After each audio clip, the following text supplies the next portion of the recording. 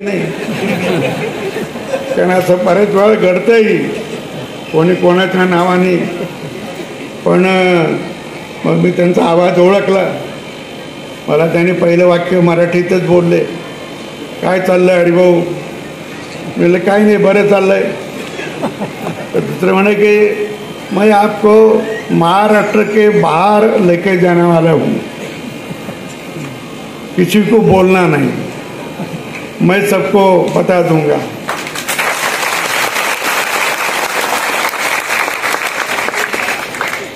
माझ्या शेजारी दामोंना बसलेले होते, त्यांना पण माहित नाही. कारण ते माझा फोनचा आवाज बाहेर जात नव्हता.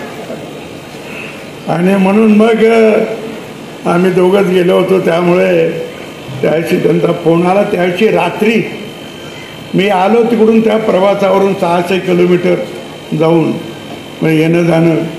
10 वाजता नेहमीप्रमाणे झोपलो शांतपणे. माझ्या फोनवर अनेक फोन आले असते पण मी घेतले नाही. 2:30 वाजता रामवाणा आणि मंदार मला उठवायला आले. त्याने बेल वाजवली असेल. आमचा प्रमोद उठला, त्याची मंडळी उठली आणि मग मलाही उठवलं. म्हणजे इतक्या रात्री त्याच वेळेला मला उठवतात की कुठेतरी गडबड आहे, काहीतरी झालं असेल म्हणून. हे दोघं समोर. तर ते मग म्हणणार म्हणे तुमची राज्यपालपदी नियुक्ती झाली राजस्थानच्या. मी आपलं शांत बसलो, बाकी काय करेल. तर ठीक आहे म्हणलं बघू. कारण म्हटलं तुम्ही जा आता झोपायला, मी झोपतो. पुन्हा झोपलो. सकाळी उठलो, फुलंब्रीत कार्यक्रम होते. मग 28 तारखेला फुलंब्रीचे कार्यक्रम गेले आणि आता शपथविधीला आता जावा, 1 तारखेच्या नंतर जावा वगैरे वगैरे विचार करत होतो. 29ला मुंबईला गेलो. त्याविषयी मुख्यमंत्री, दोन्ही उपमुख्यमंत्र्यांना भेटलो आणि 1, 2, 3 असं सगळ्या देशातल्या राज्यपालाची दिल्लीला बैठक होती. आणि त्याच्या आधी शपथ घेणं गरजेचं होतं, नाही तर मग त्याच्यानंतर झाली असती. तर मग मी गेलो आणि 31 तारखेला मला त्याने तिथून काही अधिकारी, आता माझ्याकडे एक अधिकारी आहेत, तर ते तिकडून विमान घेऊन आलेत. मला 30 तारखेला घेऊन गेलेत.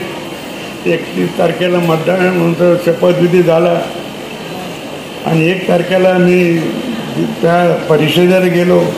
राष्ट्रपती, उपराष्ट्रपती, पंतप्रधान, गृहमंत्री वगैरे सगळे त्या बैठकीला आणि आम्ही देशातले सगळे राज्यपाल असं 3 दिवस एकत्र होतो. आणि मग पुन्हा तिकडे गेलो, काही काम होतं. तिकडे जाताना मी ठरवलं होतं की राजस्थानात पहिल्यांदा कुठं जायचं.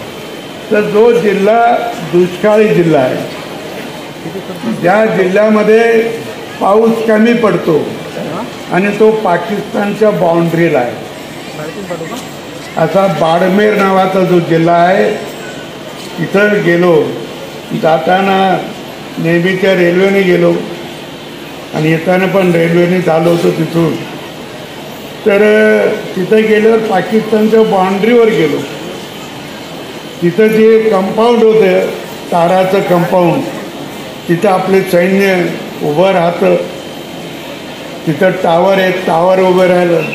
पण टेम्परेचर किती असतं उन्हाळ्यात? 52 डिग्री. आपल्याकडे 40-42 झालं तर आपल्याला भयंकर त्रास होतोय. 52 डिग्री. तिथले काही जण विरोधाने सांगतात की जो पापड असतो ना खायचा, तो जमिनीवर शेकला तरी भाजतो. इतकं उष्णता. आणि ते सगळे तिथं सैनिक राहतात अशा टेम्परेचरमध्ये. त्या सैनिकालाही सलाम करून आलो. एक गाव आहे तिथं बाउंड्रीवर, तामलो नावाचं. तिथं गेलो. 2,500ची वस्ती आहे. झोपडीत गेलो. तिथं आवास, पंतप्रधान आवास योजना, ती पण तिथे होती, ती पाहिली. शाळेत गेलो, त्या झोपडीत गेलो.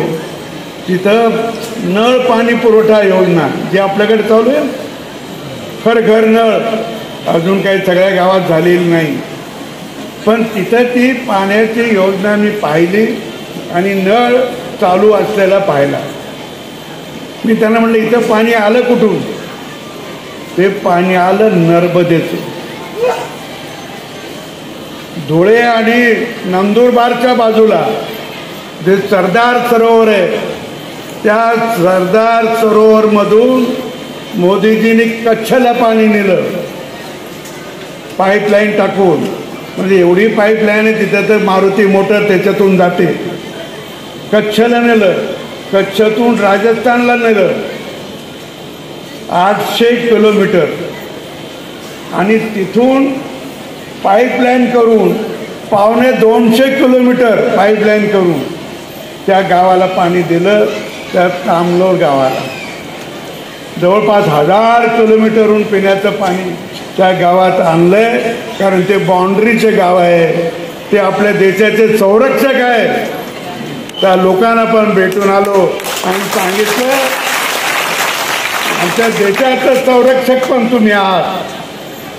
कारण आमचे सैन्य ते आहे ते, पण तिथं तुम्ही ठाण मांडून राहिलात, हिमतीने राहिलात, न भीता राहिलात. त्या लोकांचं कौतुक मला करायचं होतं. इतके वर्ष ऐकत होतो पण डोळ्यांनी पाहिलं नव्हतं. ते भाग्य मला मिळालं. मला माझ्या पार्टीने खूप मान सन्मान दिलाय.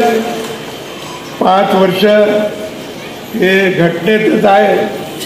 आमच्या नियुक्तीला फक्त नियुक्ती केली एवढंच असतं, राज्यपाल बने.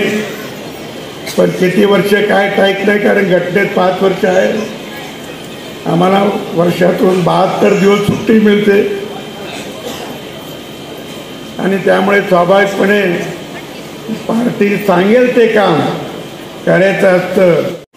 भारतीय जनता पार्टीचे आमचे नेते माजी मंत्री सन्माननीय दानवे साहेब, तसेच सुहाजी शिरसाट, बापूजी घडामोडे, अवताडेजी, पठाडेजी, शेळकेजी, सर्व पदाधिकारी थोडक्यात बोलण्याचं सांगितल्यामुळं कमी नावं घेतो. पण सर्व व्यासपीठावरील सन्माननीय मंच आणि समोर बसलेले नानांवर प्रेम करणारे आणि भारतीय जनता पार्टीवर प्रेम करणारे सर्व कार्यकर्ते, नागरिक बंधूंनो, आज आपण सत्कार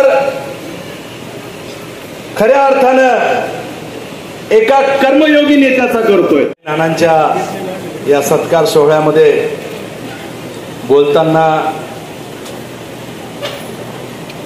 खूप आनंद होतोय. कारण आजचा हा दिवस नानांसाठी नव्हे